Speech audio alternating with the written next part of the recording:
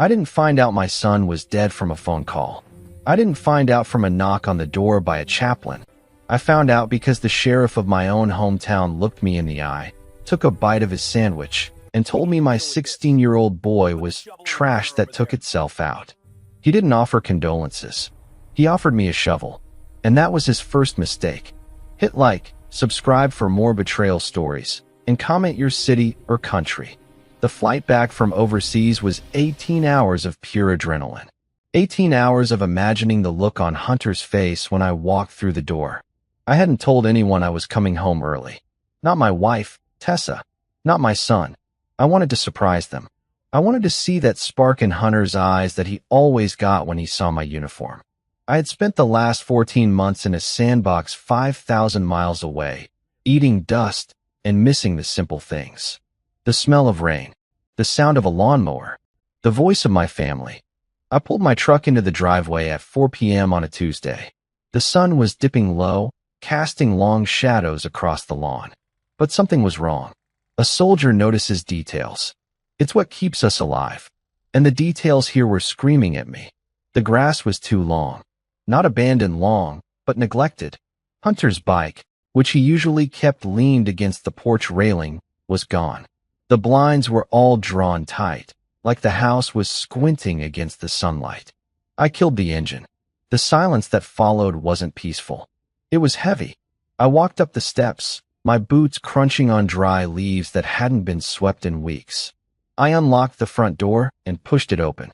"Tessa," I called out. "Hunter." My voice echoed. The house smelled stale. It smelled like old laundry and silence. I walked into the kitchen.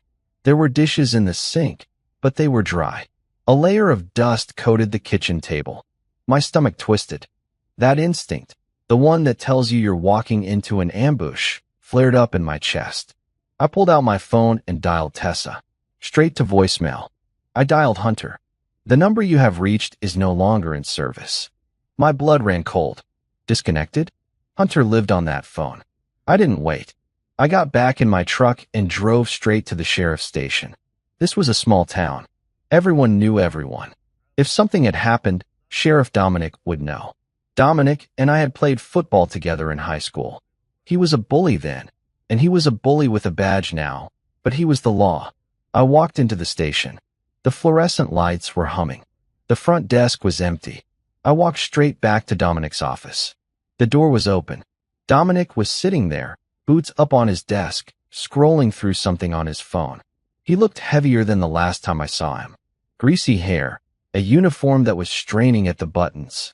He looked up. He didn't smile. He didn't stand up to shake my hand. He just stared at me, his eyes flat and cold.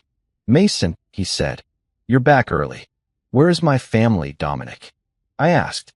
My voice was calm, but my hands were fists at my sides. "House is empty. Phone lines are dead." "Where are they?" Dominic sighed, like I was boring him. He swung his legs off the desk and leaned forward. "Tessa is staying with her sister upstate. She needed space." "Space from what?" "From the memories, Mason." The room seemed to tilt. "What memories? Where is Hunter?" Dominic picked up a toothpick and stuck it in the corner of his mouth. He looked at me with this sickening mix of pity and arrogance. "Hunter ran off, Mason.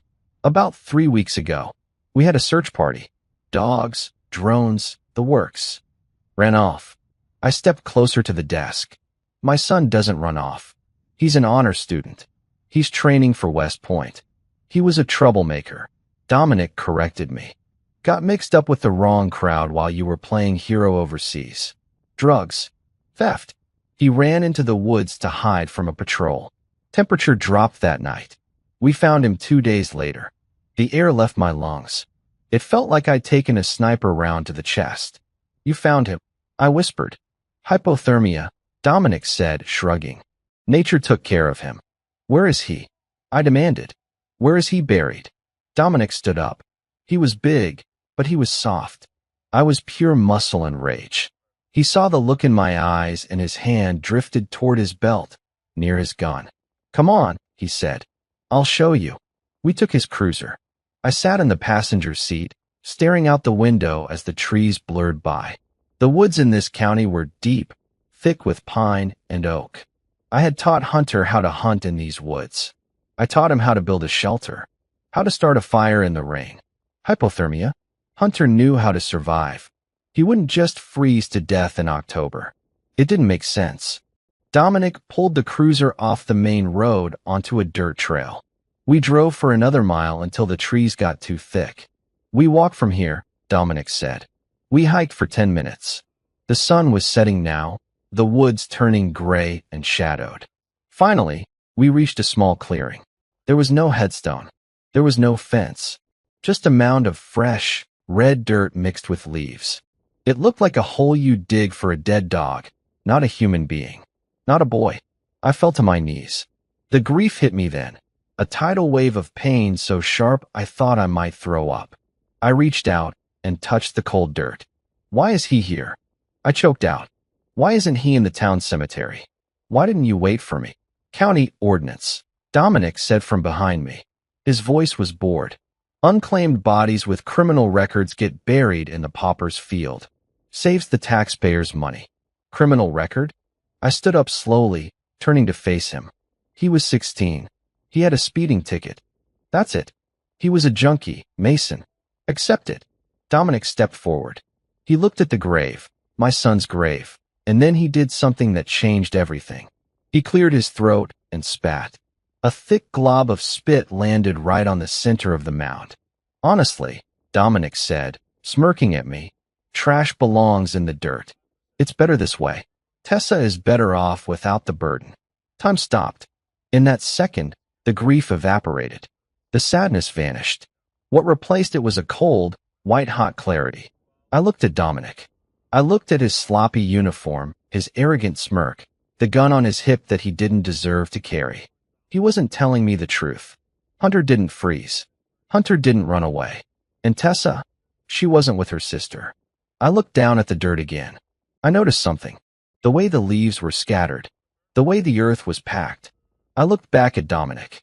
"You're right," I said softly. My voice was so calm it scared me. "Trash belongs in the dirt." I memorized the location. I memorized the look on his face. "Take me back to my truck," I said. Dominic laughed. "That's it. No tears. You army boys really are robots." "I'm done crying," I said. I walked back to the cruiser ahead of him. As I walked, I made a promise to the ghost of my son in those woods. "I'm going to find out how you died, Hunter. And when I do, I'm going to need a bigger hole. But first, I had to go home. I had to see what they left behind." Dominic thought he had broken me. He thought he had just shown a grieving father a grave. He had no idea he had just awakened the enemy. Dominic dropped me off at my truck without another word. As I watched his taillights fade into the darkness, I felt a vibration in my pocket. My hand instinctively went to my knife, but it was just my phone. No new messages. No missed calls. Just the glowing screen illuminating the darkness of the empty station parking lot. I drove home on autopilot. The roads I grew up on felt alien now. Every shadow looked like a threat. Every passing car felt like surveillance. When I pulled into my driveway, the house was exactly as I had left it an hour ago. Dark, silent, and accusing. I let myself in, locking the door behind me. I didn't turn on the lights. I didn't want anyone to know I was inside. I moved through the living room by memory, guided by the moonlight filtering through the blinds. I went straight to the master bedroom. If Tessa had left for her sisters, she would have packed. I opened the closet. Her clothes were still there. Her favorite red dress, her winter coats, her shoes. All of it. She didn't leave. I whispered to the empty room. She fled. I went to the bathroom. Her toothbrush was dry, but her perfume, that expensive stuff I bought her for our anniversary, was sitting on the counter. The bottle was nearly empty. I picked it up. It was still sticky. Someone had used this recently. Very recently. Dominic had lied. Tessa wasn't upstate. She was close. I left our room and walked down the hall to Hunter's door. My hand hovered over the knob. I took a breath, steeling myself against the pain I knew was waiting on the other side, and pushed the door open. It was wrong. All wrong. Hunter's room was usually a disaster zone of textbooks, tactical gear, and video game controllers. But this room was sterile. The bed was made with military precision, something Hunter never did. The shelves were empty. No photos. No trophies. The posters were gone from the walls, leaving behind pale rectangles where the paint hadn't faded. It looked like a guest room. It looked like nobody had ever lived here. Who cleans a dead kid's room this fast? I walked to the center of the room and spun around. They had scrubbed him out. They had erased him. Why? If he ran away and died of exposure, why sanitize his life? You only clean a crime scene this thoroughly. I knelt down by the bed. I checked under the mattress. Nothing. I checked the back of the drawers. Nothing. Then I remembered. When Hunter was 12, we had a scare with a neighborhood break-in. I taught him how to make a hide, a spot nobody would look, a spot for emergencies. I went to the closet. I pushed aside the hanging clothes and knelt on the floor. I ran my fingers along the baseboards in the back corner. There it was, a tiny scratch in the wood, barely visible. I pulled out my pocket knife and wedged it into the gap between the floorboard and the wall. With a sharp crack, the board popped loose. My heart hammered against my ribs. I reached into the dark space between the joists. My fingers brushed against dust, insulation, and something cool and plastic. I pulled it out. It was a smartphone. Not his main one, the one that was disconnected. This was an old burner, a cheap prepaid model with a cracked screen. I had given it to him for emergencies when he started driving, just in case he lost his main phone. I pressed the power button. The battery icon flashed red. 3%. Come on, buddy, I whispered. Stay with me. The screen flickered to life. No passcode. Hunter knew the rules. Emergency phones don't get locked. I scrolled frantically. No texts.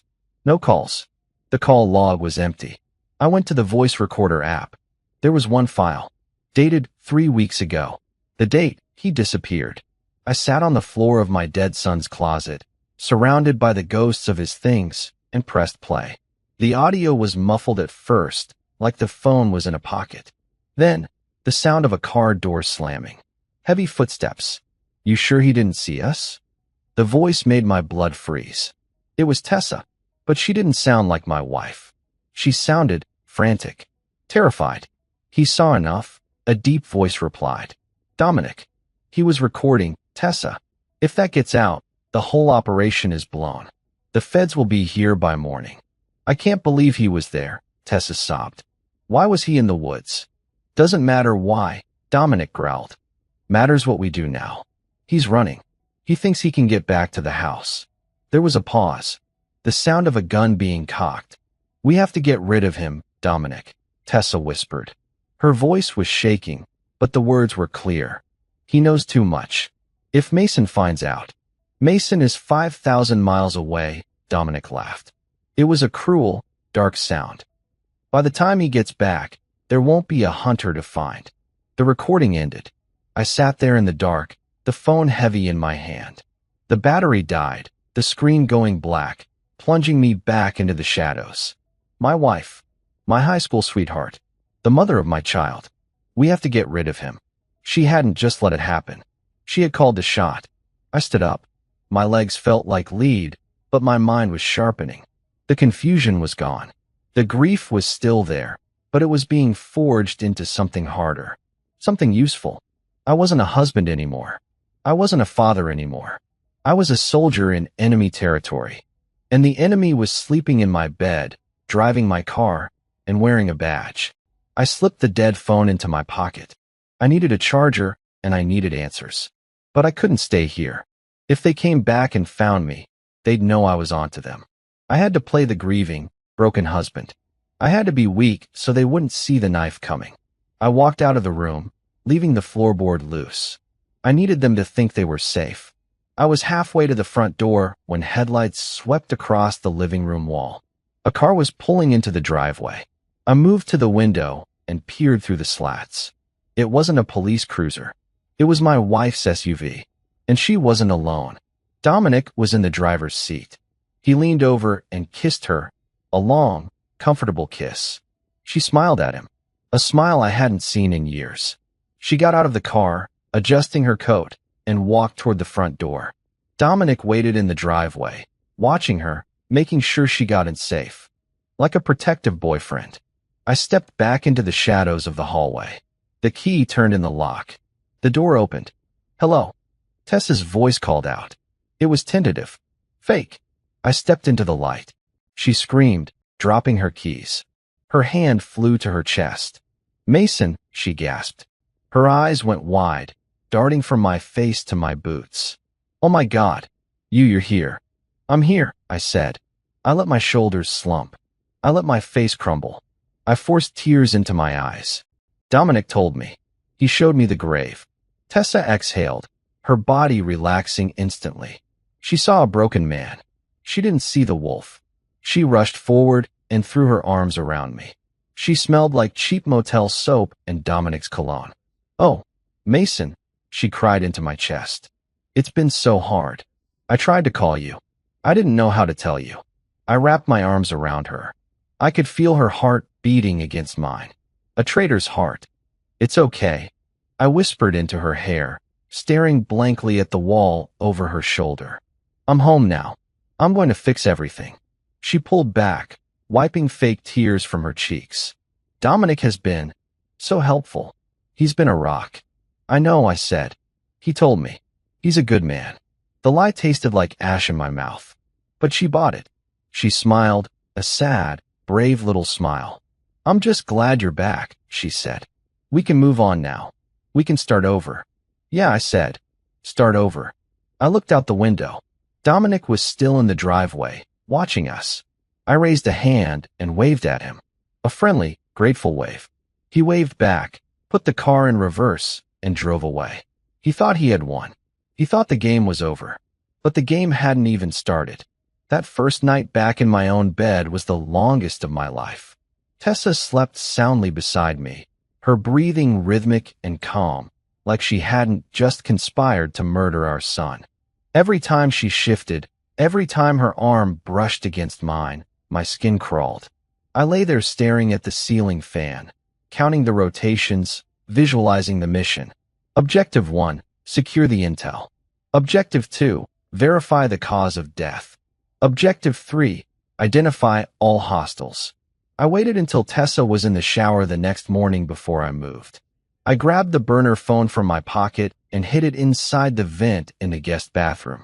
It was too risky to keep on me. If Dominic decided to search me for my own safety, I'd lose my only leverage. When Tessa came out, wrapped in a towel, I was sitting at the kitchen table drinking coffee. I made sure my hands were shaking just a little. "I need to see the report, Tessa," I said, staring into my mug.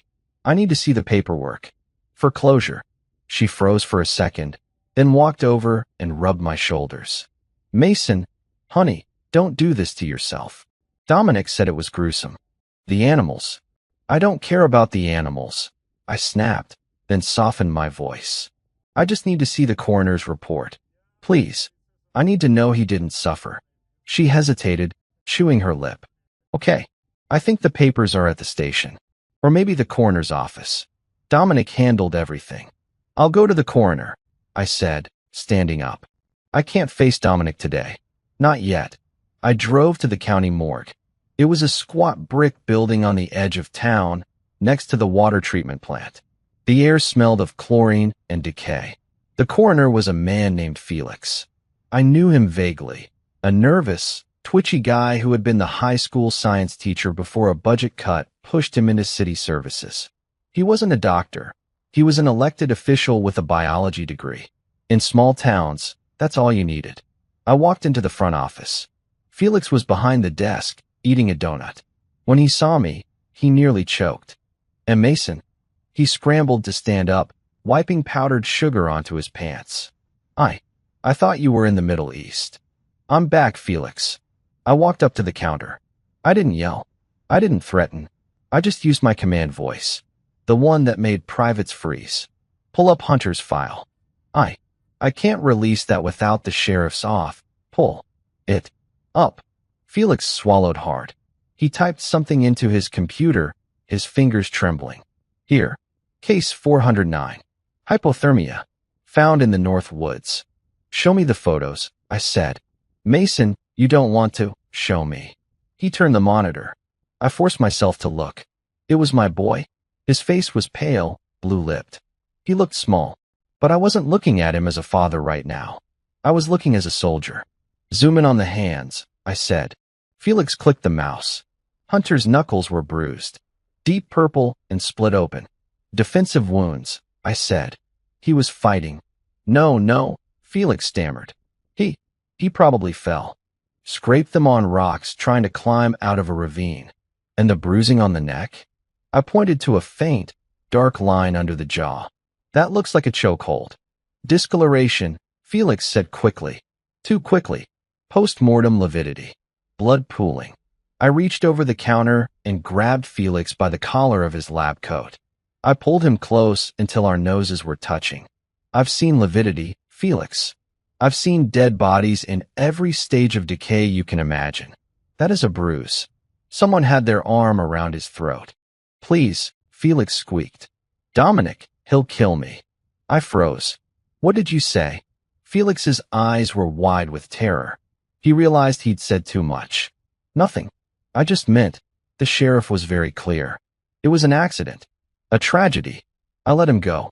He stumbled back, gasping for air. Print it, I said. Print the photos. Print the report. Everything. I can't give you the photos, he whispered. But I can give you the summary. He handed me a single sheet of paper. Cause of death, accidental hypothermia. Toxicology, negative. It was a lie. A documented, stamped, official lie. I took the paper. If you tell Dominic I was here, Felix, I'll come back. And next time, I won't be asking for paperwork. I walked out into the sunlight. My hands were clenched so tight my nails were digging into my palms. They had beaten him. They had strangled him. And then they had thrown him in the dirt like garbage. I got in my truck and started the engine. As I pulled out of the lot, a siren chirped behind me. Blue lights filled my rearview mirror. It was a sheriff's cruiser. I pulled over. I kept my hands on the wheel, visible. The officer walked up to the window. It wasn't a deputy I recognized. He was young, crew cut, chewing gum. License and registration, he said. I handed them over. What's the problem, deputy? Broken taillight, he said, not even looking at the back of my truck. My taillights work fine, I said. I said you have a broken taillight, he repeated, staring at me through mirrored sunglasses. Step out of the vehicle. I calculated the odds. I could take him. He was standing too close, his weight on his heels. I could disarm him in 2 seconds. But that would end the mission. That would make me the criminal. I stepped out, hands on the hood. He patted me down. Rough. Unnecessary. He kicked my legs apart. You're making people nervous, Mason, the deputy said, his voice low. Asking questions. Bothering the coroner. Just a grieving father, deputy. Grieving fathers stay home, he hissed in my ear. They comfort their wives. They don't go digging around. Sheriff Dominic wants you to know that accidents happen. We'd hate for you to have a car accident or a fire at the house. He stepped back. He tapped my license on my shoulder. Fix that light, he said. Then he walked back to his cruiser and drove off. I stood there on the side of the road, dust swirling around my boots. It wasn't a ticket. It was a warning shot. They were watching me. They knew I had gone to Felix, which meant Felix had called Dominic the second I left. I needed to move fast. I needed proof that couldn't be erased or intimidated. I waited until nightfall. I told Tessa I was going for a drive to clear my head. She didn't argue.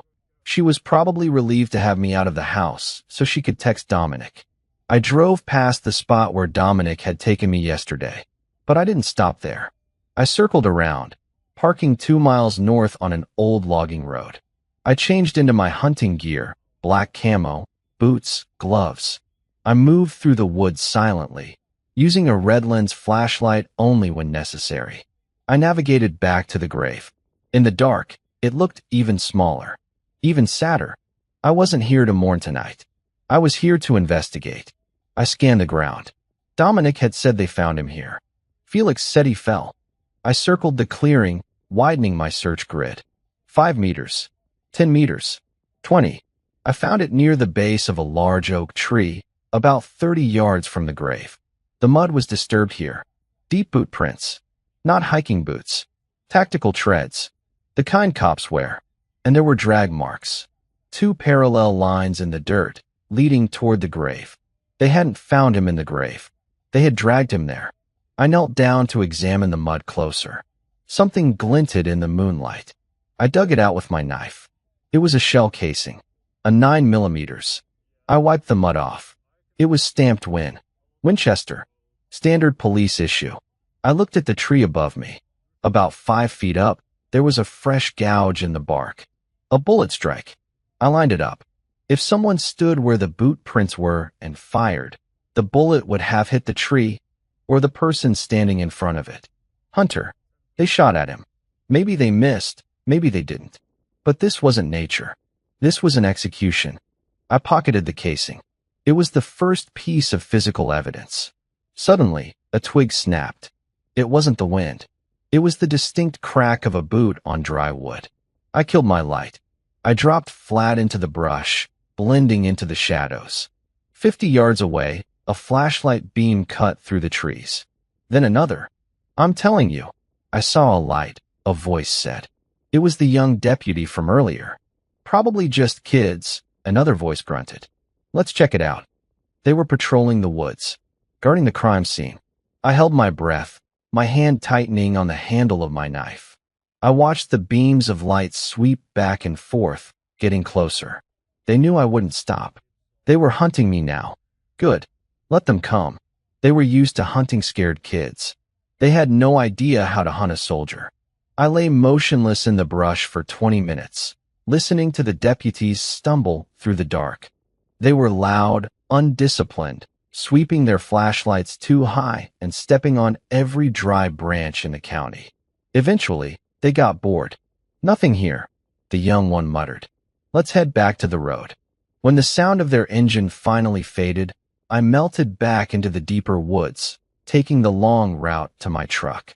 I had the casing. I had the coroner's fear. Now I needed the motive. Why kill a 16-year-old boy? Dominic said drugs. But Hunter was a varsity athlete. He didn't use. He despised it. Unless he found something he wasn't supposed to see. And then there was Tessa. Her voice on that recording haunted me. We have to get rid of him. I needed to know how deep her betrayal went. Was she being blackmailed? Or was she a willing participant? The next morning, I told Tessa I was going to the VA hospital in the city to deal with my benefits. A 3-hour drive. It was the perfect cover. Take your time, Mason, she said, pouring my coffee. She was wearing a dress today. She never wore dresses on Wednesdays. It's good for you to get things sorted. I drove my truck to the end of the block, parked it behind the abandoned feed store, and switched to a rental car I'd arranged online. A gray sedan, completely forgettable. I looped back and parked down the street from my own house, watching through binoculars. At 10 a.m., Tessa came out. She looked stunning. Hair done, lipstick on. She got into her SUV and drove off. I followed. She didn't go to her sister's. She didn't go to the grocery store. She drove to the edge of town, to the Starlight Motel. It was a rundown place with peeling paint and a neon sign that flickered even in the daylight. She parked in the back, away from the road. 2 minutes later, a black pickup truck pulled in next to her. Sheriff Dominic. He wasn't in uniform today. Jeans, t-shirt, sunglasses. He looked around, cautious but arrogant. He didn't think anyone would dare follow the sheriff. He knocked on room 104. Tessa opened the door and pulled him inside. I felt a sickness rise in my throat, hot and acidic. I sat there in the rental car, gripping the steering wheel until my knuckles turned white. While I was sleeping in dirt holes in the desert, dreaming of her, she was here. With him. I needed proof. Visual proof. Not just for the divorce, but for the case. If they were lovers, it proved conspiracy. I grabbed my camera, a high-zoom DSLR I used for reconnaissance, and crept toward the motel. There was a dense hedge running along the back of the building. I crawled into it, ignoring the thorns scratching my face. I had a clear line of sight to the window of room 104. The curtains were drawn, but there was a gap. Just an inch. I adjusted the focus. I saw them. They weren't having sex. They were arguing. Tessa was pacing the room, wringing her hands. Dominic was sitting on the edge of the bed, cleaning a pistol. I couldn't hear them through the glass, but I could read body language. Tessa was frantic. She was pleading. Dominic was dismissive. Then he stood up. He grabbed her by the arms. Hard. He shook her. I snapped a photo. Click. Tessa tried to pull away. Dominic slapped her. My instinct screamed at me to kick down the door, to put him through the wall. I started to rise from the bushes, but I stopped. If I went in there now, I'd just be the jealous husband. I'd be arrested for assault. Dominic would spin it. He'd say he was comforting her and I attacked him. He'd bury me in a cell, and Hunter's murder would never be solved. I forced myself back down into the dirt. I had to watch my wife get hit by her lover and do nothing. It was the hardest thing I've ever done. Dominic shoved her onto the bed. He pointed a finger in her face, shouting something. Tessa curled up, sobbing. Then, he did something that chilled me to the bone. He pulled a thick envelope from his jacket pocket and threw it at her. Cash. Stacks of it. He wasn't just her lover. He was paying her. Or paying her off. I snapped more photos. The slap. The money. The gun on the bed. Dominic grabbed his jacket and stormed out of the room. He got in his truck and peeled out of the lot, throwing gravel. Tessa stayed inside. I waited. 10 minutes passed. Then 20. Finally, the door opened. Tessa came out. Her makeup was ruined. Her cheek was red. She was clutching the envelope of cash tight to her chest. She looked broken, but she didn't look innocent. She got into her car and drove away. I sat in the bushes for a long time after they were gone. I had the picture now. The affair was real. The money was real. But money for what? Was it hush money? Or was it her cut? The army doesn't pay enough? I whispered to myself, remembering something she used to complain about. We deserve more. Mason, is that what this was? She sold our son for a stack of bills? I went back to the rental car. I drove to a public library in the next town over, somewhere untraceable. I uploaded the photos to a secure cloud server. Then I printed hard copies. I had the who, Dominic and Tessa. I had the how, strangulation and a cover-up. Now I needed the why, the full why. I needed to unlock Hunter's phone. I drove home. When I walked in, Tessa was in the kitchen, icing her face with a bag of frozen peas. What happened? I asked, feigning concern. She jumped. Oh, I hit my cheek on the cabinet door. Clumsy me. Let me see, I said. I gently moved her hand. The bruise was blooming, angry and purple. The imprint of a hand. That looks painful, I said softly. It's fine, she said, looking away. How was the VA? Bureaucracy, I said. Lots of waiting. I looked at her, really looked at her. I saw the fear in her eyes. She was terrified of Dominic. Maybe she started this affair for love or excitement, but now she was trapped. That was a weakness. And in war, you exploit every weakness. Tessa, I said, leaning against the counter. I was thinking we should go away. Just us. Maybe a cabin for the weekend. Get away from this town. From the memories. Her eyes widened. Panic. I don't know if that's a good idea, Mason. Dominic said we should stay close for the investigation. Dominic isn't my husband, I said sharply. Then I smiled. But you're right. Maybe later. I walked to the bedroom.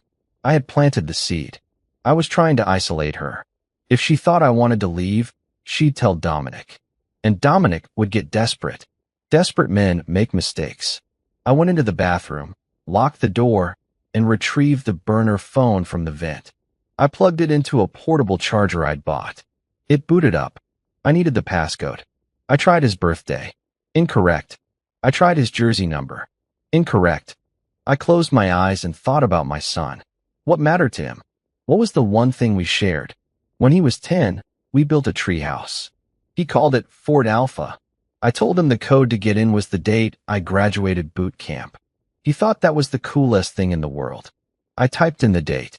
06-12, the phone unlocked. I opened the gallery. There were 3 videos. I clicked the first one. It wasn't a video of him and his friends. It was night vision. Grainy, green footage. It was filmed from inside a tree line, looking out at a dirt road. A sheriff's van was parked. Men were unloading crates. Dominic was there, and so was someone else. My breath caught in my throat. Standing next to Dominic, holding a clipboard, was the town's mayor. And next to him, Felix, the coroner. They weren't just moving drugs. The crates were marked with hazardous warning symbols. Chemicals, I whispered. Precursors. They were cooking meth or something worse in the middle of the county woods. Hunter shifted the camera. The angle changed. He zoomed in on the van. The back doors were open. Inside, I saw stacks of cash. Then, the camera jerked. Hey, who's there? The video cut to black. I clicked the next video. It was recorded 10 minutes later. Hunter was running. The camera was shaking violently. You could hear his breathing, ragged, terrified gasps. Dad, he whispered into the mic, still running. Dad, if you find this, it's Dominic. It's all of them. Mom let them in. She gave them the key to the gate. I saw her text him. A gunshot cracked in the distance. I love you, Dad. I'm sorry I wasn't strong enough. The video ended.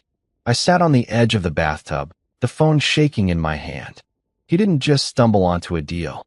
He was targeted because he knew Tessa was the gatekeeper. She gave them access to the private logging roads that ran behind our property. She wasn't just a cheater. She was the logistics officer for a cartel. I stood up. I looked in the mirror. The man looking back at me wasn't Mason anymore. He wasn't a husband. He was the Punisher. I had the evidence. I had the video. I could go to the FBI right now. But the FBI would take months. There would be trials, plea deals.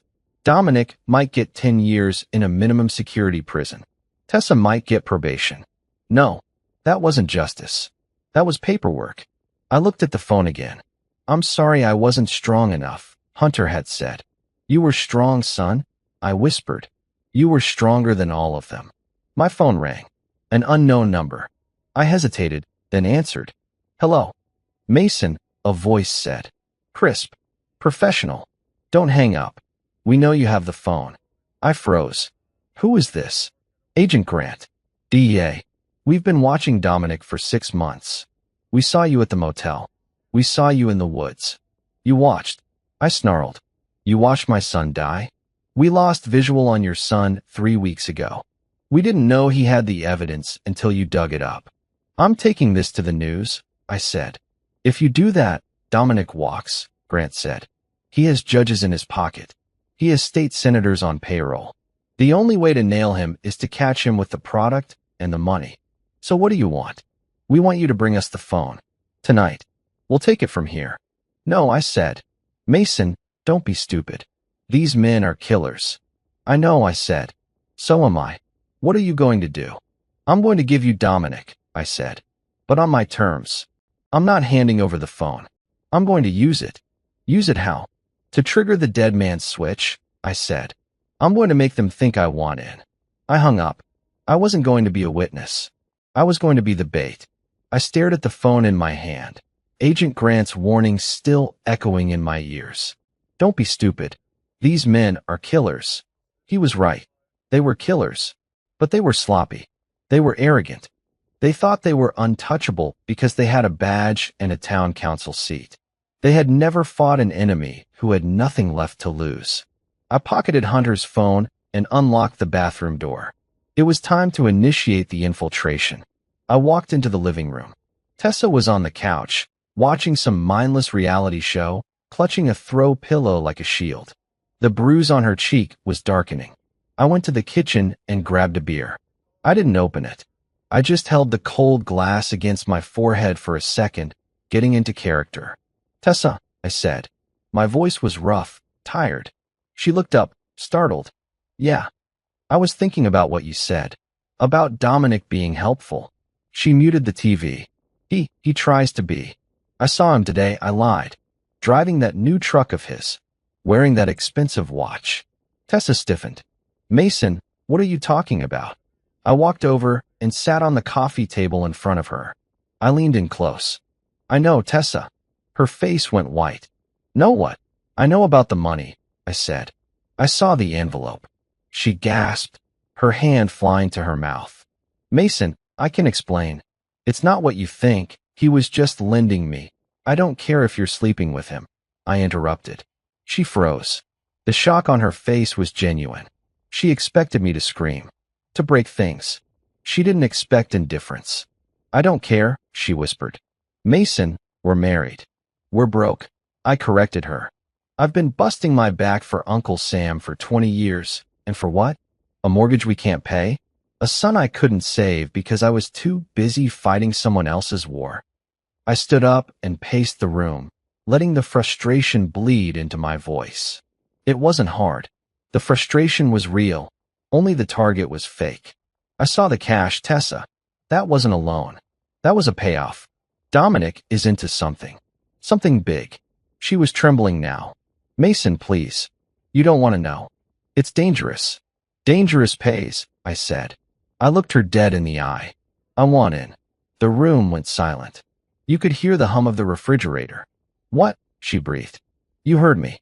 If Dominic is running something through this town, and you're helping him, I want to cut. I'm tired of being the good guy. The good guy buried his son in the dirt. I want to be the guy who buys the shovel. Tessa stared at me. She was trying to process this new version of her husband. The broken soldier. The greedy mercenary. It was a role I played perfectly because it was half true. I was broken. I just wasn't greedy. He won't trust you, she said. He trusts you, I said. And you trust me. Tell him I found something of Hunter's. Tell him I found a map. Or a journal. Tell him I know where the rest of the stash is. There is no stash, she said quickly. He doesn't know that. I countered. Tell him I have leverage. But instead of going to the cops, I want to make a deal. She bit her lip, tears welling up in her eyes. Mason, if you do this, there's no going back. These people, they don't play fair.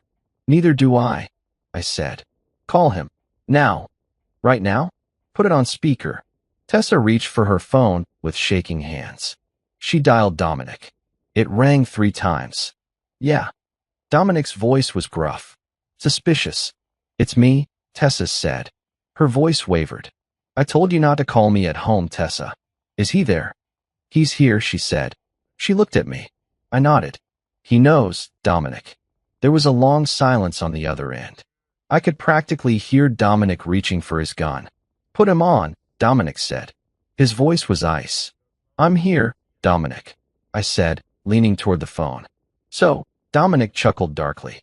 The hero knows. What are you going to do, Mason? Arrest me? I am the law. I don't want to arrest you, I said. I want a job. Another silence. This one was stunned. Excuse me. I saw the cash you gave her, I said. That's more than I make in a year. I'm tired of being poor, Dominic. I'm tired of playing by the rules. You're moving product through the woods. I know the woods better than anyone.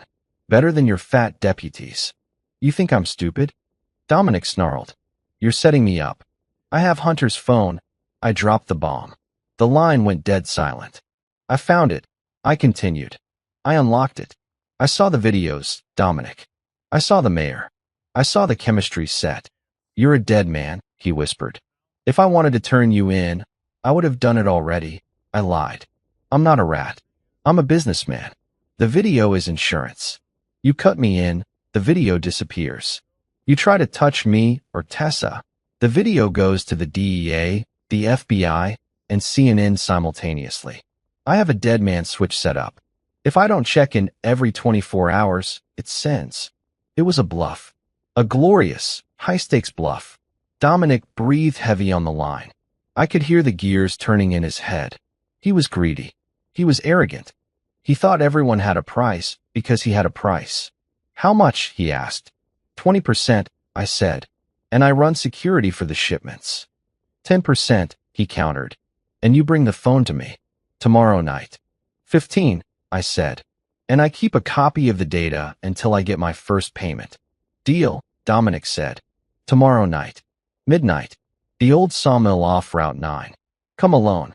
If I see a single cop, I kill Tessa first. I'll be there, I said. The call ended. Tessa looked at me with a mixture of horror and awe. You really did it. We're going to be rich, Tessa, I said, forcing a smile. Finally, she hugged me. I knew you'd understand. I did it for us, Mason. I really did. I patted her back. I know, baby. I know. I pulled away. I'm going to go check the perimeter. Make sure we weren't followed. I walked out to the porch. The night air was cool. My hands stopped shaking. The deal was set. I pulled out my own phone. The secure line Agent Grant had called. I sent a text. Meeting set. Tomorrow. Midnight. Old Sawmill. I'm wearing a wire. Be ready. I wasn't doing this for money. I wasn't doing this for a deal. I was leading the devil into a trap. But there was one problem. The sawmill. I knew that place. It was a death trap. One way in, one way out. Surrounded by steep ravines. It was the perfect place for an execution. Dominic didn't plan on paying me. He planned on killing me and taking the phone off my corpse. I needed an edge. I went to the garage. I unlocked my gun safe. I took out my service pistol, a .45. I checked the action. Smooth. But a pistol wouldn't be enough against Dominic and his deputies. I looked at the corner of the garage. There was an old bag of fertilizer. Some PVC pipe. A timer from a sprinkler system. I wasn't just a soldier. I was a combat engineer. I knew how to build things that went boom. If Dominic wanted a war, I'd give him a war. I spent the next 3 hours in the garage, fixing the lawnmower. In reality, I was building flashbangs and smoke grenades. Non-lethal, but chaotic. I needed confusion. I needed fear. At 2 a.m., I went back inside. Tessa was asleep on the couch. I stood over her. She had chosen her side. She had chosen the money over her son. Tomorrow night, she would lose both. I went to Hunter's room. I sat on his empty bed. One more day, son, I whispered. One more day, and they all pay. I lay down on his bed, fully clothed, my hand on my pistol. I fell asleep, dreaming of the sawmill burning. The next day passed in a blur of calculated silence. I moved through the house like a ghost, avoiding Tessa's gaze. She was nervous, flitting around the kitchen, checking her phone every 5 minutes. She was torn between relief that I was on board and terror that Dominic might double-cross us. She should have been more worried about me. At 11 p.m., I started gearing up. I didn't wear my old fatigues. That was too obvious. I wore dark work pants, a black hoodie, and hiking boots. Underneath, I taped a slim Kevlar vest I'd kept from my contracting days. It wouldn't stop a rifle round, but it might stop a pistol bullet from stopping my heart. I taped the wire Agent Grant had dropped in my mailbox that morning to my chest. It was tiny, the size of a button. "You look scary," Tessa said from the doorway. She was hugging herself, shivering despite the heat being on. "I look prepared," I said. I tucked the .45 into the back of my waistband and covered it with my hoodie. I put the flashbangs in my cargo pockets. "Mason," she said, stepping closer. "Be careful. Dominic, he's changed. The money changed him. Money changes everyone," I said flatly. "I'll see you in an hour." I didn't kiss her goodbye. I walked out the door and into the cool night. I drove my truck to the turnoff for Route 9, then killed the lights. I drove the last mile in darkness, using the moonlight to navigate the gravel road. The old sawmill loomed ahead. It was a rotting skeleton of a building, corrugated tin roof sagging, surrounded by dense forest. It was silent. I parked the truck 50 yards out, facing the exit. Always have an escape route. I walked toward the main structure. My boots made no sound on the packed dirt. "Dominic," I called out. "I'm here." A floodlight snapped on, blinding me. I threw my hand up to shield my eyes. "Arms out." "Mason," Dominic's voice boomed from the shadows. "Spin around." I complied. I turned slowly, showing my empty hands. "Lift the hoodie." I lifted it. He saw the gun in my waistband. "Toss it." I hesitated. "Toss it or no deal." I pulled the gun slowly with 2 fingers and tossed it into the weeds. It landed with a thud. "Good," Dominic said. He stepped into the light. He was flanked by 2 deputies, the young one from the traffic stop and an older, heavier man I didn't know. Both had shotguns leveled at my chest. Dominic was smiling. That same arrogant, untouchable smile. "Welcome to the family business, Mason," he said. Where's the money? I asked. Where's the phone? He countered. I reached into my pocket and pulled out the burner phone. Right here. Dominic's eyes locked onto it. Give it to Deputy Miller. The young deputy stepped forward, shotgun still raised. I handed him the phone. He checked it, nodded to Dominic. It's the one, Miller said. Dominic laughed. A dry, humorless sound. Well, that was easier than I thought, he said. I expected a fight. I expected Rambo. I told you. I said, keeping my voice steady. I'm tired of being poor. And that's why you're a disappointment, Dominic said. He shook his head. Hunter was weak, but at least he had morals. He tried to expose us. You're selling out your own kid for a paycheck. He's dead, I said coldly. Morals don't pay bills. Dominic stepped closer. He was 5 feet away now. You're right, he said. They don't. He looked at the older deputy. Kill him. I knew it. The older deputy pumped the shotgun. Wait, I shouted. The dead man's switch. You kill me, the video goes out. Dominic smirked. There is no switch, Mason. We checked your ISP. We checked your data usage. You haven't uploaded anything to the cloud in 3 days. You're bluffing. My stomach dropped. They had someone on the inside at the telecom company. Or maybe they just hacked my home Wi-Fi. So this is it. I said, you just execute me here? We'll bury you next to the kid, Dominic said. A tragic suicide. Grief-stricken father takes his own life in the woods where his son died. It's poetic, really. He nodded to the deputy. Click. The sound wasn't a gunshot. It was the distinct sound of a safety being clicked off, but not from the deputies. From the trees. Drop the weapons, a voice roared. Federal agents. Drop them now. Floodlights from the tree line blasted on, illuminating the sawmill from all sides. Red laser dots danced across Dominic's chest. It's a setup. Deputy Miller screamed. He raised his shotgun. Crack. A single sniper round took the shotgun right out of his hands. Miller screamed, clutching his shattered fingers. Drop it, Agent Grant shouted, stepping out from behind a pile of lumber, his service weapon drawn. Dominic, get on the ground. Dominic froze. His face went from arrogance to sheer terror in a split second. He looked at me. You rat, he hissed. I'm not a rat, I said, smiling for the first time. I'm a father. Dominic dropped his gun. The older deputy dropped his. Within seconds, a tactical team swarmed the clearing. Men in body armor zip-tied Dominic and his goons. I let out a breath I felt like I'd been holding for a week. It was over. We got them. Agent Grant walked over to me. Good work, Mason. That wiretap was crystal clear. We have him on conspiracy to murder, drug trafficking, and corruption. Is it enough? I asked. Is it enough to put him away forever? With the video on the phone? Yeah, he's done. I looked at Dominic. He was on his knees in the dirt, glaring at me. You think you won? Dominic spat. You think this is over? It looks over to me, I said. Dominic laughed. It was a manic, desperate laugh. You don't get it, do you? You think I'm the boss. I'm just the distribution, Mason. You didn't catch the supplier. I frowned. What are you talking about? Ask your wife, Dominic grinned. Ask Tessa who introduced us. My blood ran cold. Tessa? I asked. She's just the gatekeeper. She's the chemist, Dominic whispered. The world stopped. What? She has a degree in organic chemistry, doesn't she? Dominic sneered. She wasn't just letting us in. She was cooking the batches. That sister upstate? That was her lab. I was just the delivery boy. Tessa is the one who runs the show. I staggered back. Tessa. My Tessa. The woman who baked cookies for the PDA. The woman who cried on my shoulder last night. She wasn't being blackmailed. She wasn't a pawn. She was the kingpin. And she was at home right now. Alone. With access to the safe. Access to the passports.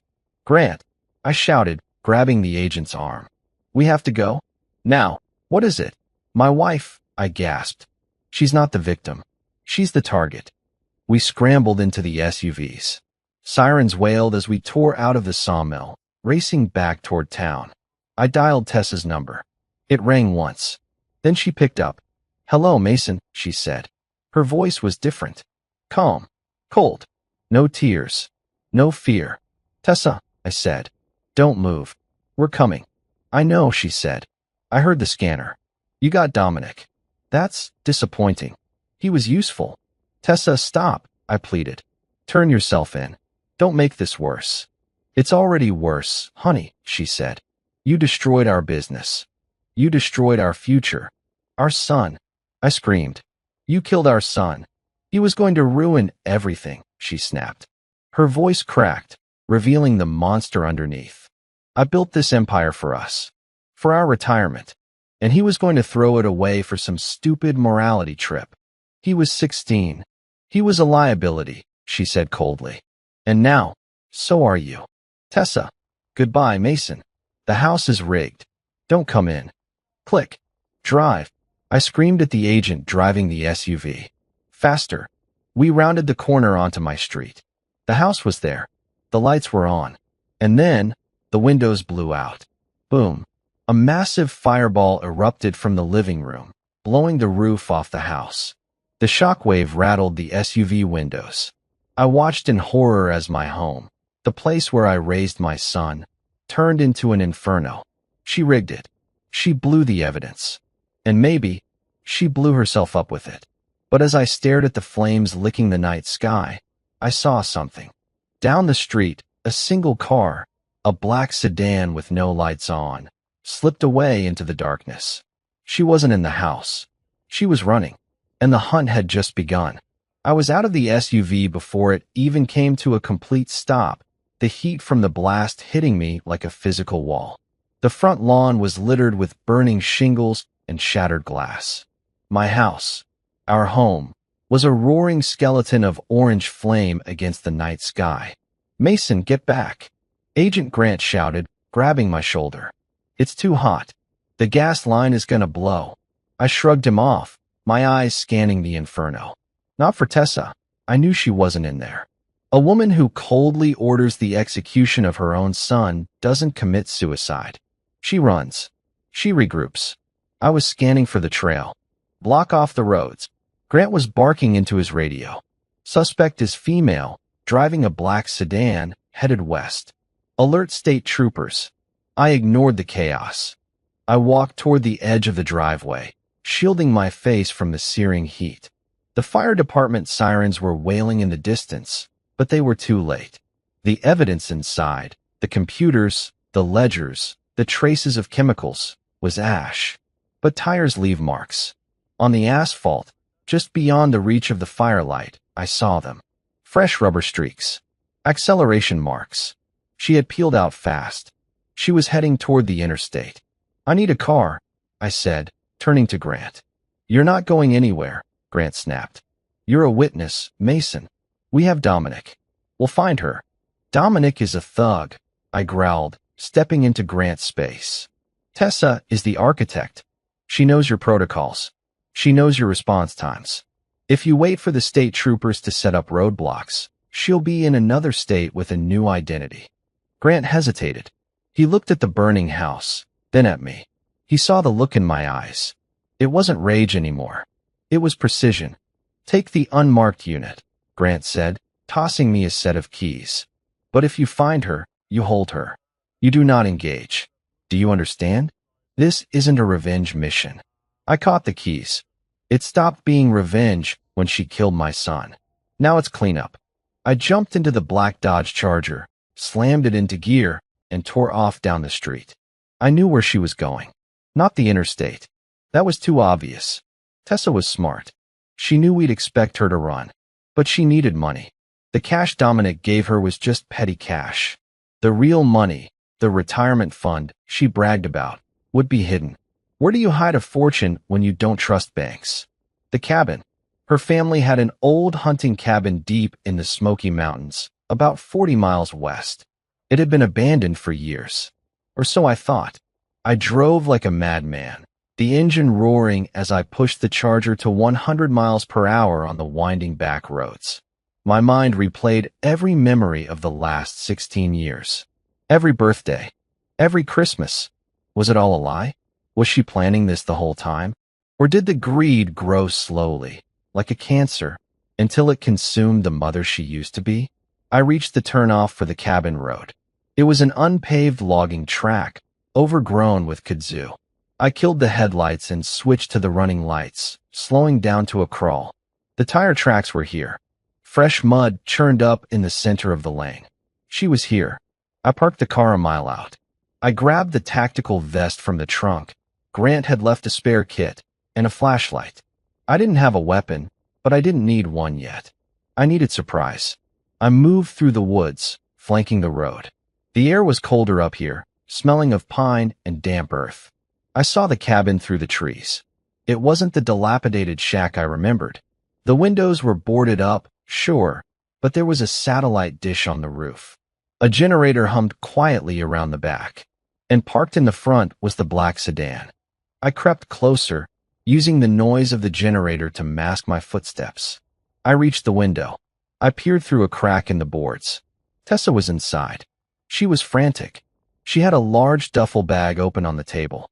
She was pulling bricks of cash from a hidden compartment under the floorboards, vacuum-sealed stacks of $100 bills. Hundreds of thousands of dollars.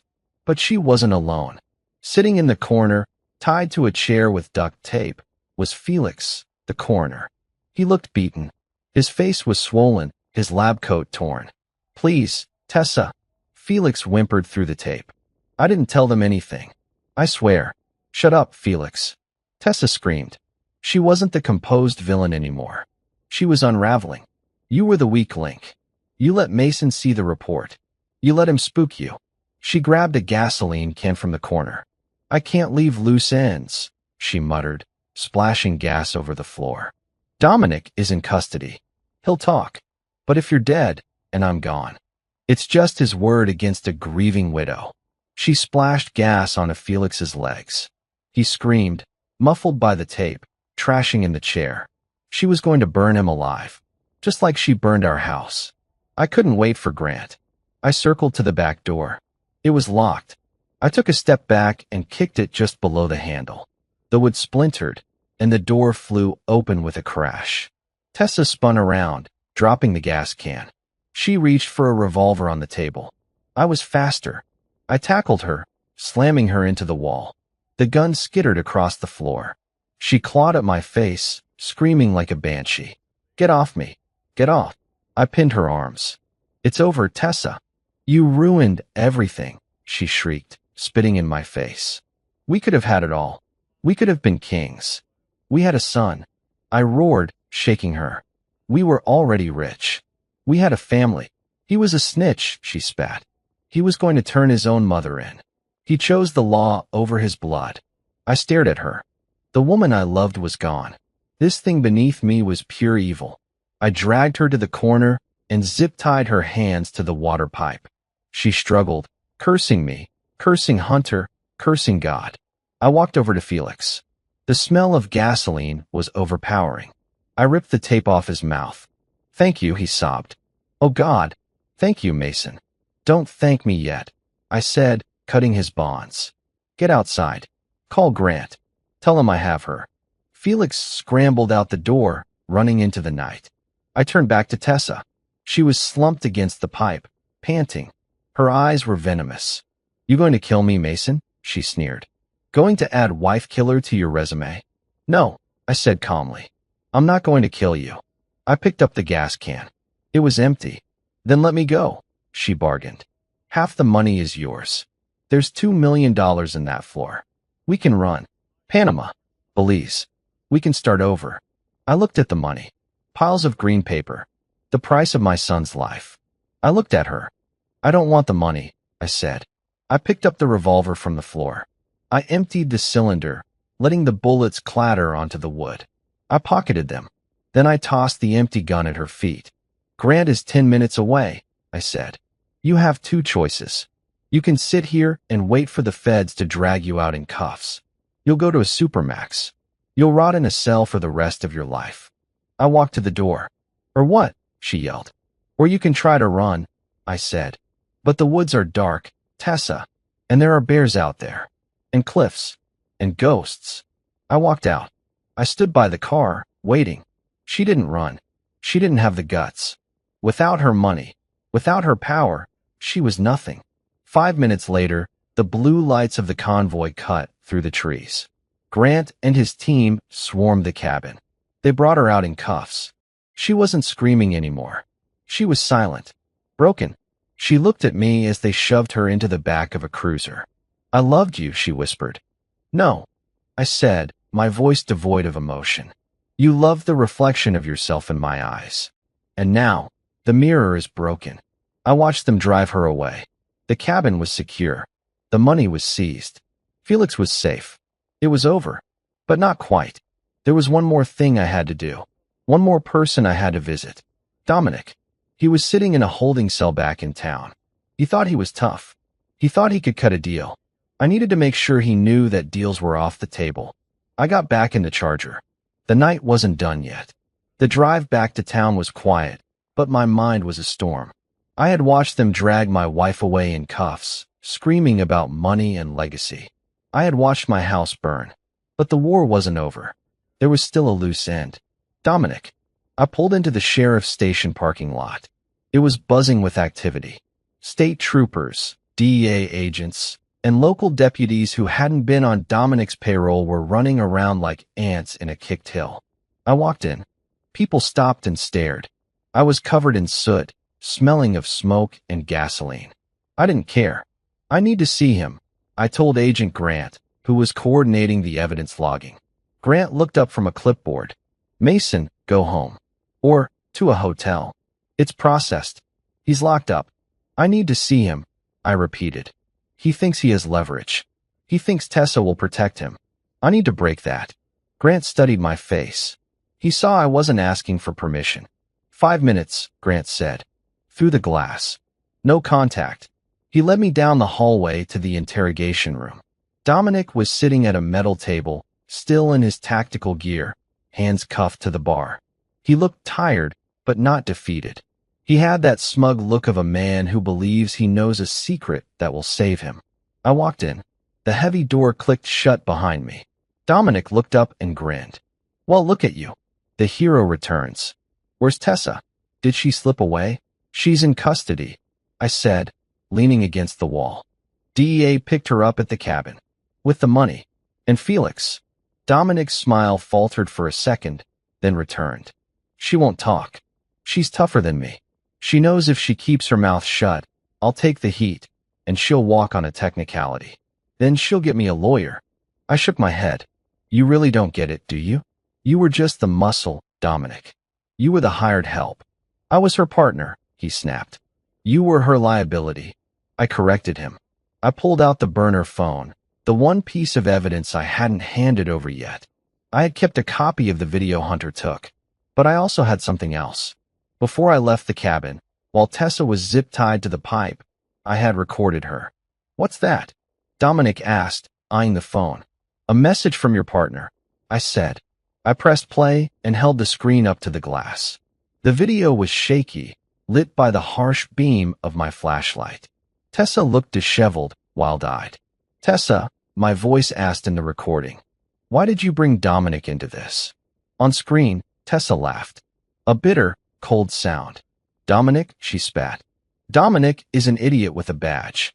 He was useful for moving the product, but he was getting sloppy. Honestly, I was planning to cut him loose anyway. Once the big shipment went through next month, I was going to frame him. Let him take the fall for everything." Dominic's face went pale. He stared at the screen, his mouth slightly open.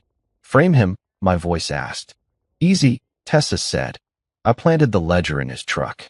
The one with all the names. The buyers. The payoffs. If the feds found it, he'd go away for life.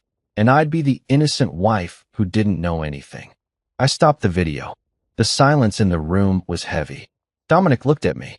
The arrogance was gone. The smugness was gone. He looked like a man who had just realized he was standing on a trapdoor. "She said that," he whispered. "She said a lot more." I lied. "She's cutting a deal right now, Dominic. She's trading you for immunity. She's telling them you forced her, that you threatened her life, that you killed Hunter." "That witch," Dominic roared. He lunged at the glass, rattling his cuffs. "I didn't kill the kid. She told me to. She gave the order." Prove it, I said calmly. I can prove it, he screamed. I have the texts. I have the emails. She sent me the coordinates for the drop. She sent me the confirmation code to kill the boy. Where? I asked. In my safe, Dominic shouted, desperate now. At my house. Behind the painting in the study.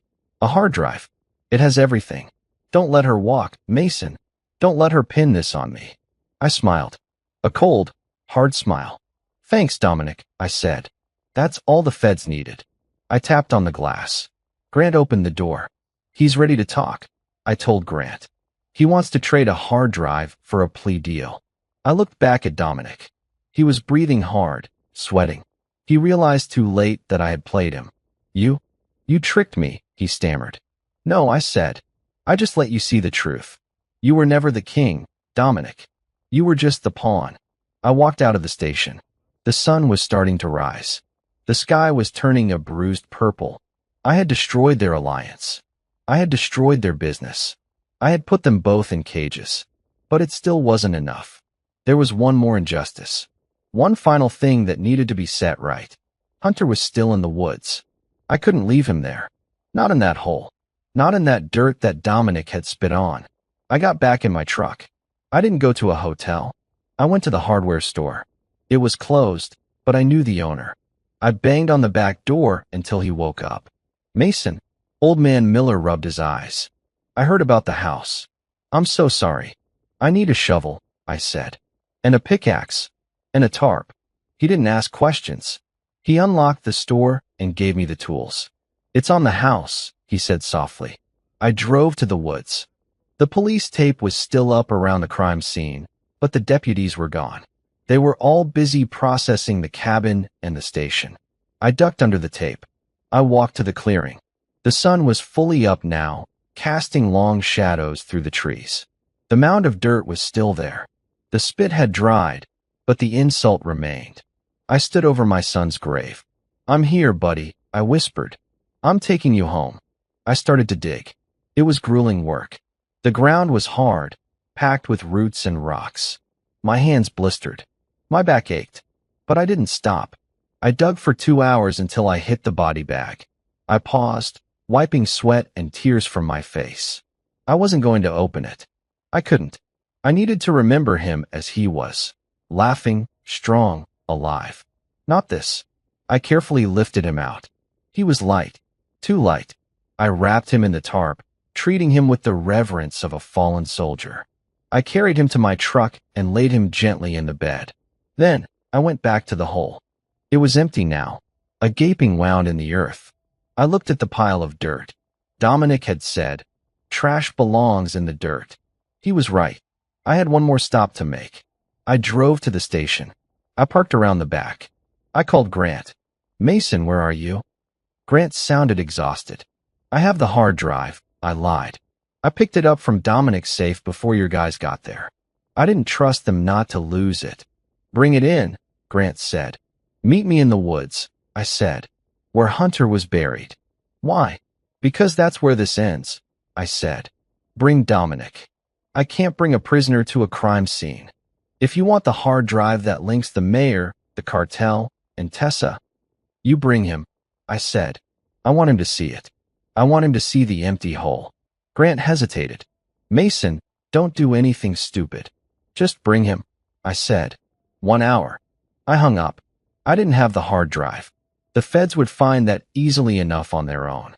I was setting the stage for the final act. I drove back to the woods. I waited. I wasn't going to kill Dominic. That was too easy. Death is a release. I had something else in mind.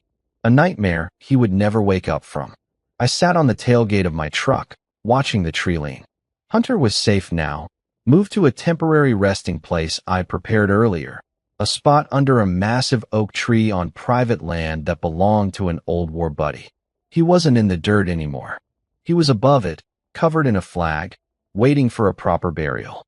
But the hole in the woods remained open, gaping, waiting. 40 minutes later, a black SUV crunched down the gravel road. Agent Grant was driving. 2 other agents were in the back. And in the passenger seat, shackled hand and foot, was Dominic. Grant parked and got out. He looked nervous. He scanned the trees, looking for snipers, looking for traps. He knew me well enough to know I didn't invite people to the woods for a picnic. "Where is it, Mason?" Grant called out. "Where's the drive?" "In the truck," I said, hopping down. "Bring him." Grant signaled the other agents. They hauled Dominic out of the car. He was wearing an orange jumpsuit now, stripped of his uniform, stripped of his dignity. But his eyes were still hateful. They dragged him to the clearing. Dominic saw the open grave. He stopped struggling. He stared at the empty hole, then at me. "Where is he?" Dominic rasped. "Where's the body?" "He's gone," I said. "He didn't belong here." "You do." Grant stepped forward. "Mason, give me the drive. We have him. It's done." "It's not done," I said. "Not yet." I walked over to Dominic. I stood toe-to-toe with him. "You spit on him," I said quietly. "You stood right here, and you spit on my son." Dominic sneered.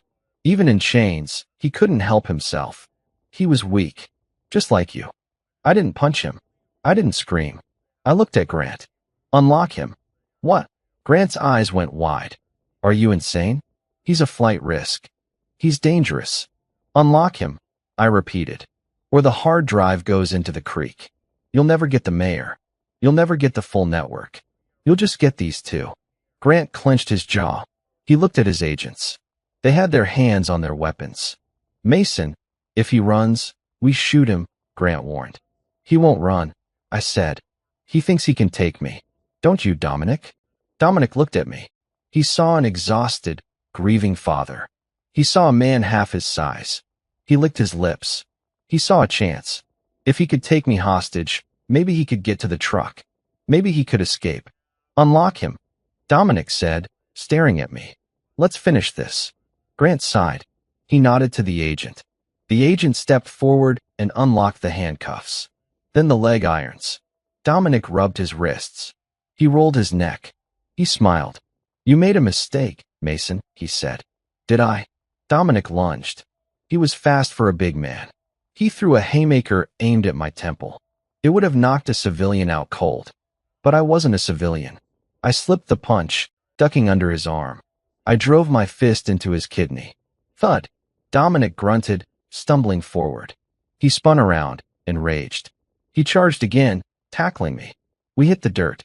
He was heavier. He pinned me down, his hands going for my throat. "I'm going to kill you," he screamed, spit flying from his mouth. "I'm going to bury you right here." I let him choke me for a second. I let him feel strong. I let him think he was winning. Then, I bridged my hips and bucked him off. I rolled to my feet. Dominic scrambled up, panting. "Is that all you got?" I taunted. He roared and charged again. This time, I didn't dodge. I stepped into it. I caught his arm, used his momentum, and hip-tossed him. He flew through the air and landed with a sickening thud, right in the bottom of the open grave. He groaned, trying to stand up in the mud. The walls were slick. It was deep, 6 feet deep. I walked to the edge. I looked down at him. He looked up, his face covered in the same red clay he had buried my son in. "Help me," he shouted. "Get me out." I picked up the shovel. Dominic's eyes widened. He scrambled back against the dirt wall. "No. No, Mason. Don't." I didn't swing the shovel at him. I plunged it into the pile of dirt next to the hole. I scooped up a heavy load of earth. "You said trash belongs in the dirt," I said. I dumped the dirt onto him. It hit him in the chest, knocking the wind out of him. He coughed, sputtering. "Mason," Grant shouted, stepping forward. "That's enough. We need him alive." "He's alive," I said, scooping another shovel full. "He's just resting." Thump. Another load of dirt hit Dominic's legs. "Stop," Dominic screamed. He was crying now. "I'm sorry. I'm sorry about the boy. I'm sorry." "You're not sorry," I said, digging faster. "You're just scared." Thump. Dirt covered his waist. The agents were nervous. They looked at Grant. "Sir, should we stop him?" Grant held up a hand. He was watching Dominic. He saw the terror. He knew this was the interrogation. This was the breaking point. "Let him work," Grant said softly. I kept shoveling. The rhythm was hypnotic. Dig. Lift. Dump. Dominic was screaming, clawing at the walls, trying to climb out. But the dirt was loose. Every time he tried to step up, he sank deeper. "Please," he wailed. "I'll tell you everything. I'll give you the accounts. I'll give you the cartel contacts." I stopped. The dirt was up to his chest. He was trapped, buried alive in the hole he dug for my son. I leaned on the shovel, looking down at him. "You spit on this grave," I said. I worked up a mouthful of saliva. I spit. It landed on his forehead. Dominic flinched, sobbing uncontrollably. He was broken, completely and utterly broken. "Grant," I called out, not looking away from Dominic. "Yeah." "He's ready to talk now." I tossed the shovel aside. It landed with a clang against a rock. "Get him out," I said. Before I changed my mind, I turned and walked away. Behind me, the agents were throwing a rope down to Dominic. He was blubbering, thanking them, begging them not to leave him. I walked to my truck. I leaned against the hood, my chest heaving. I looked at the sky. It was blue, a piercing, beautiful blue. I reached into the glove box and pulled out the hard drive, the real one I had found in Dominic's safe earlier that morning. I hadn't lied about having it. I just lied about where I was going to give it to them. I tossed it to Grant as he walked over. "Here," I said. "Nail them all." Grant caught it. He looked at me with a strange expression. Respect? Fear? Maybe both. "You know, Mason," he said, "most men would have killed him. Killing him is too easy." I said. "He's going to spend the next 40 years in a concrete box. Every time he closes his eyes, he's going to feel that dirt falling on him. He's going to feel the weight of it." I got in the truck. "Where are you going?" Grant asked. "To finish the job," I said. "I have a funeral to plan." I started the engine and drove away, leaving the sheriff of my town shivering, covered in mud, crying in the arms of the feds. The war was over. The enemy was captured. But the healing was just beginning. And there was one person left I needed to see. Someone who had been waiting in the shadows. Brooke, my lawyer. The only person in this town besides Hunter who hadn't betrayed me. She was waiting at the courthouse. And she had the papers ready. Not just divorce papers. Adoption papers. I drove straight from the woods to the courthouse. I was still covered in grave dirt, my knuckles bruised and bloody, but I felt cleaner than I had in weeks. The physical weight of the war was gone, replaced by the heavy, solemn duty of closure. Brooke was waiting for me on the steps of the county courthouse. She looked out of place in this town. Sharp suit, briefcase, eyes that missed nothing. She had been my JAG officer years ago, before she went private. When I called her 3 days ago, she flew in from D.C. immediately. She knew the stakes. "Mason," she said, looking me over. She didn't flinch at the dirt. She reached out and squeezed my arm. "Is it done?" "They have him," I said. "And they have Tessa. The hard drive is with the feds." "Good," she said. She handed me a thick envelope. "Then let's bury them on paper." We walked into the courthouse. It was chaos inside. News crews were setting up in the lobby. The story had broken. Sheriff arrested in drug ring. Wife implicated in son's murder. It was the biggest scandal in the state's history. We pushed through the reporters. "No comment," Brooks said, shielding me like a bodyguard. "My client has no comment." We went straight to the district attorney's office. The DA, a man named Sterling who had played golf with Dominic for years, looked like he was about to vomit. He knew his career was over if he didn't distance himself fast.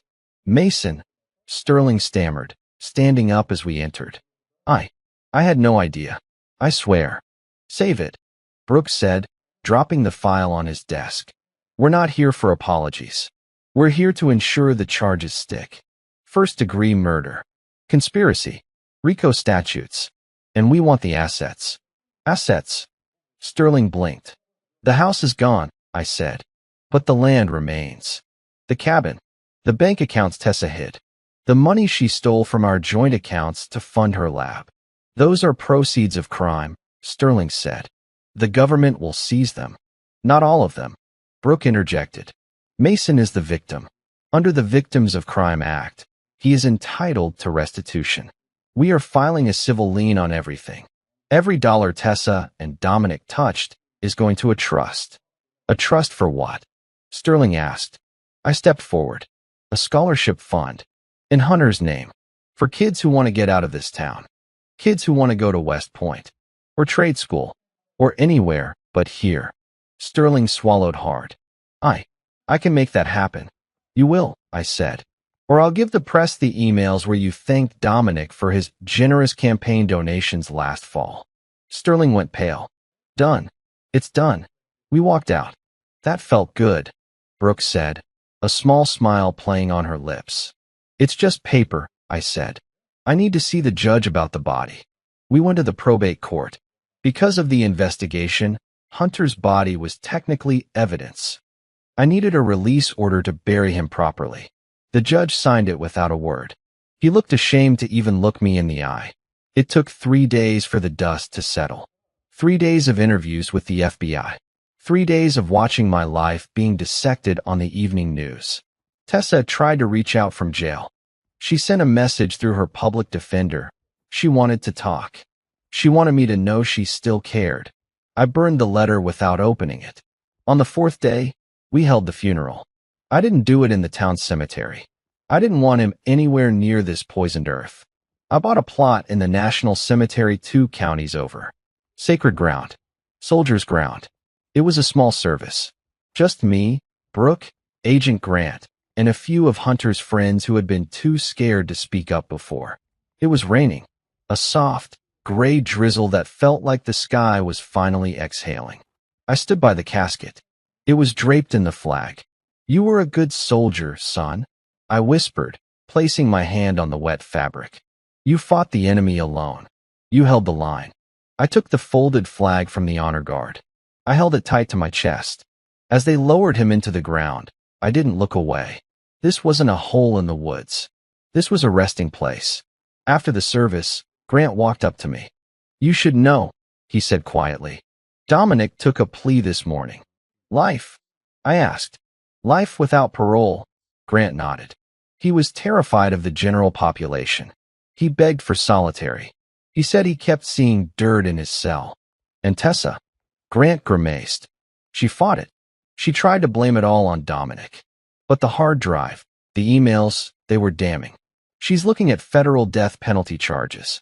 Trafficking precursor chemicals resulting in death. It's a capital offense. I nodded slowly. Good. What will you do now, Mason? Grant asked. The house is gone. The town is, well, it's a mess. I looked at Brooke. She was waiting by her car, talking on her phone. She looked over at me and smiled.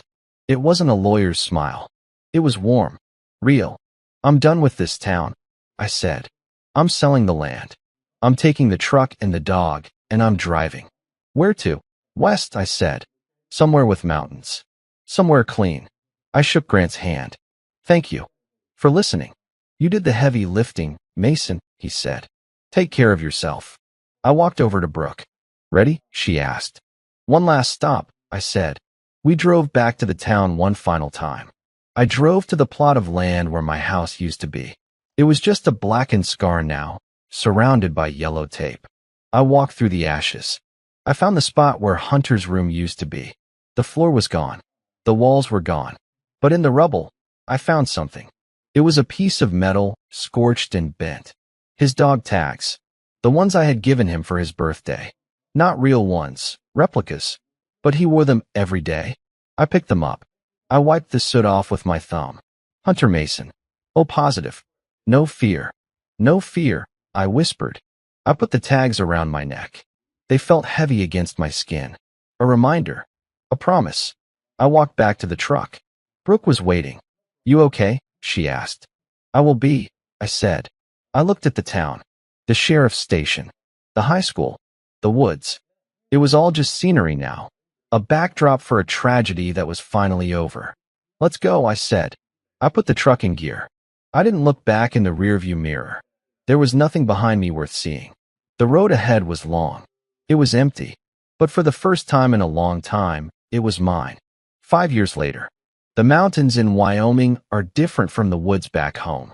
They are jagged, violent, and honest. There are no secrets here. If you make a mistake, the mountain kills you. It doesn't hide you in a shallow grave. It claims you openly. I like that. I respect that.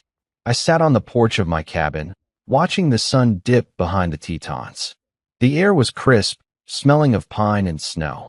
My dog, a rescued German shepherd named Gunner, was sleeping at my feet. Inside, I could hear the clatter of plates.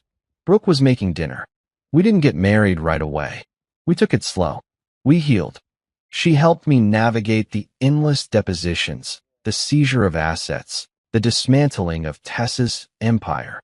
We spent 2 years in courtrooms, making sure every single person involved, from the corrupt judge who signed the fake death certificate to the deputy who falsified the logs, lost their jobs and their pensions.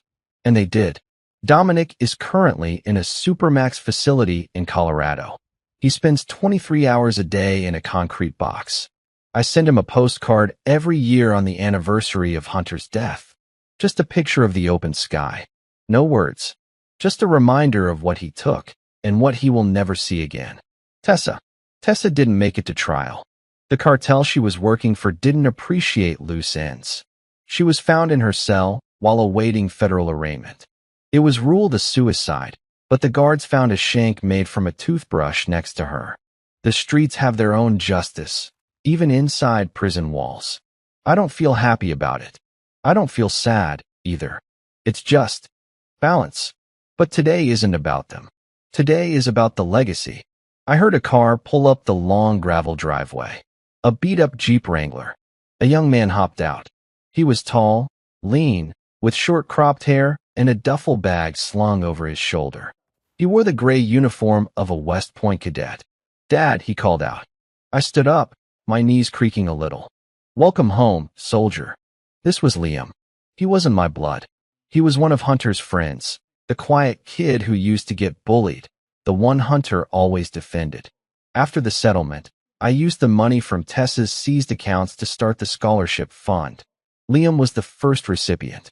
He walked up the steps and shook my hand firmly. Then he pulled me into a hug. "How was the semester?" I asked. "Tough," he grinned. "But I made the dean's list." "Hunter would be proud," I said, my voice thick. "I went to visit him," Liam said softly, pulling away. "On my way here. The cemetery looks good. They planted new trees." "I know," I said. "I saw the photos." Brooke came out onto the porch, wiping her hands on a towel.